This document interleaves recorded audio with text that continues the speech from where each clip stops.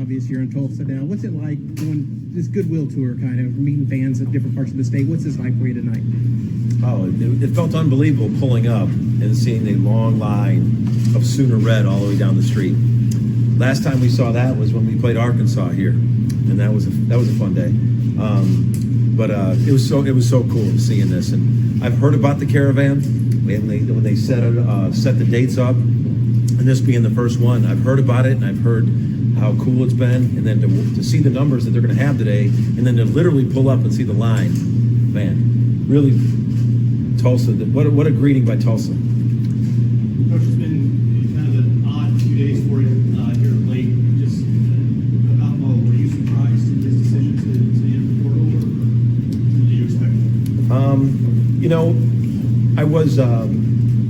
It wasn't like it was something that he said he was coming back, and we talked, and we've been working at a lot of things, and then just this week came in and said he wanted to look at some different options. So yeah, that's the world we live in right now with the portal, and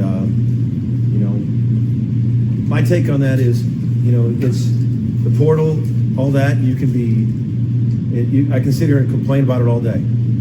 But at the end of the day, I'm going to find people that want to wear this OU jersey proudly. They want to be in this program, and I'm going to keep searching and keep finding it. And if someone doesn't want to be in that program, then they're not in that program. And I'm going to find people that have both feet in, because I'm blessed to wear a hell of a number, right, or a hell of a OU right there. And I'm going to find people that want to wear that proudly. And if they don't want to wear that, they think they can find something else, or this, that, or the other somewhere else, good luck. And I'll move on. But there's only two ways you can approach it. You can keep getting mad about the portal, or you can keep. I'm going to make the best of it, man. I'm going to find people to put the best people representing the University of Oklahoma on the floor. Did EJ catch you by surprise as well, Coach? Did EJ catch you by surprise as well? Because it sounded like he was intent. Yeah, and that's the thing about the portal. You can put out there that you're coming back, and that. And EJ got hurt, and he was out the remaining of the season. He's still in recovery. But we talked about it right after the season. We talked about it, and he said that's probably what he's going to look for. So that one didn't surprise me. I know he put it out there that he's coming back, and then a couple weeks later, so it was a surprise. But when he got hurt, and then he came in, we were just kind of talking some things. I think he wanted to get more close to the West Coast, and I think his, he's going to UNLV. But he had indicated he wanted to get back closer to California and some family. Porter, sort of along those lines, those last couple of things, how much has your job changed just over the last few years, as far as like you're always almost having to recruit guys constantly, even guys that are on the roster? Yeah, everything's completely changed. With the NIL, you're juggling the NIL, you're juggling the portal, and to be able to have guys immediately eligible, and you need time to build your own culture to where they want to stay, and we're going to do that. And we got a great group of core guys that are working their butt off.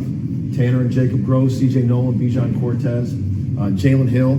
And last year when I got this job, I only had like a couple weeks, and it was just a couple guys. And I mean, we were trying to introduce terminology.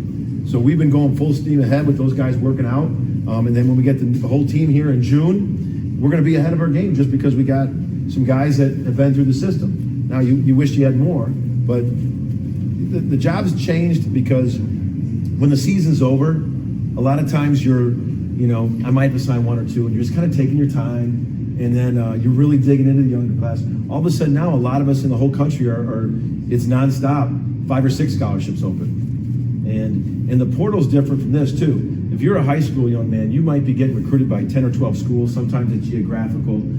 I mean, you're seeing these portal guys going to the portal. They'll get 50 calls in the first 48 hours. 50. You're seeing kids get contacted by 50 schools. And you're dealing with that recruiting. It's just a different recruiting. So, but like I said earlier, you can pick two ways to change. You can sit there and complain about it and talk about how miserable it is, or you can just keep your eyes on the same thing. I'm going to build this program with the way I've intended to. And it's just, there's a lot more obstacles of doing it, especially on the men's side. But I'm not wavering. We're gonna feel the team that people are so proud to wear that Oklahoma across their chest. Porter, how different does trying to rebuild the roster this year where you were at this point last year? Well, how difficult. I mean, last year was like crazy difficult because you're sitting there. I couldn't even go out. It was a pandemic. I didn't meet the team till June. I mean, that was just like the hardest thing. So here, at least in the portal, we're able to go at least meet the families or meet them and still do the normal recruiting process. But it's so sped up. The portal process is just so fast. I mean, guys put in the portal and it's just a speed demon recruiting. When I like recruiting a guy in a traditional way, getting to know their families, getting to know what they're about. You're recruiting them, getting them on campus unofficially, doing that whole process. The portal's fast. But back to your question, Bob, about of rebuilding the team this year. It's the same thing. We're going to recruit to our style. We're going to recruit to, our skill level, playing, 4 out with one big. I want the skill level. I want guys that can guard. We want to play up tempo. We want to keep trying to play faster and add athleticism. And I'm going to talk tonight, I'm sure, about our newcomers. The newcomers we signed so far all have brought in a high degree of athleticism, high degree of skill. I got a young man that finished signing his papers today that I can start talking about. Joe Bamisil, the transfer from George Washington. He brings some athleticism, some scoring. So we're gonna do this. I know you'll lose some, and we're disappointed. But moving on. Can Bamisil, can he play next year? Well, there's still a waiver process with that that we're going to go through. Hey, Porter, I'm curious. You want a program that has culture, and you want to build your culture, and you're changing out guys, unfortunately, which I know you said you're disappointed in. Can you still build culture in the program you want when you have new guys coming in? It seemingly so far for you every year. Absolutely, and this is how you do it, James. Okay. Is last year everybody was new. Now, the two Groves, Jalen Hill, C.J. Nolan, Bijan, those guys have been in it here. We've talked so much about how we do things, how we practice, how every rep counts, all the things, the character, the togetherness, the competitiveness. And those are things when the newcomers go in. Now you got at least 5 guys. Do I want more than 5 guys? Heck yeah, you want more than 5 guys. 5 guys more than we had last year to start that knew what we wanted. So those guys are key. I told them today before I left to come here. Those guys are the foundation. We're going to bring guys in, and then we're going to be there this summer, working and practicing. But you can unequivocally build your culture with the transfer portal. You just got to continue to get the guys in here to stay, and then your returners have got to be both feet in. And if you're not both feet in, it's going to catch up to you during the season. So you might as well find out now than later. With Joe, what were some of the attributes and elements of his game that jumped out to you in improvement? Athleticism and length, I think, and then to be able to score. He averaged 16 points a game. He scored his whole life. I know the 1 year, but he had 16 a game in the Atlantic 10. But his length, he's 6'4", but he's got a 7'1" wingspan. He's an extremely long guard that can score on the wing. I think he's going to be, after some time, I think he's going to be an elite defender.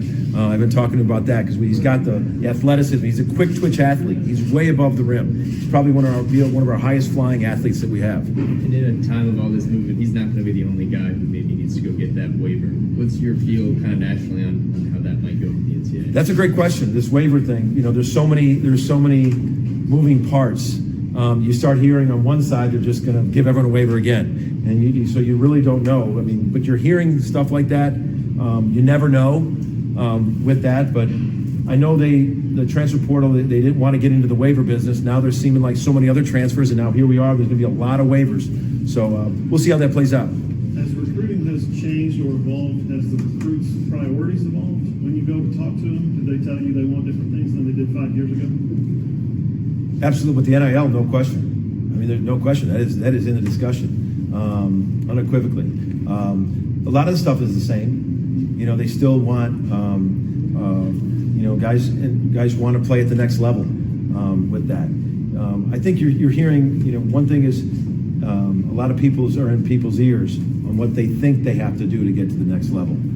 So you're seeing that a lot, but without a doubt, the transfer portal, the NIL has affected what you're hearing, what recruits want. For more information, you can visit TulsaWorld.com.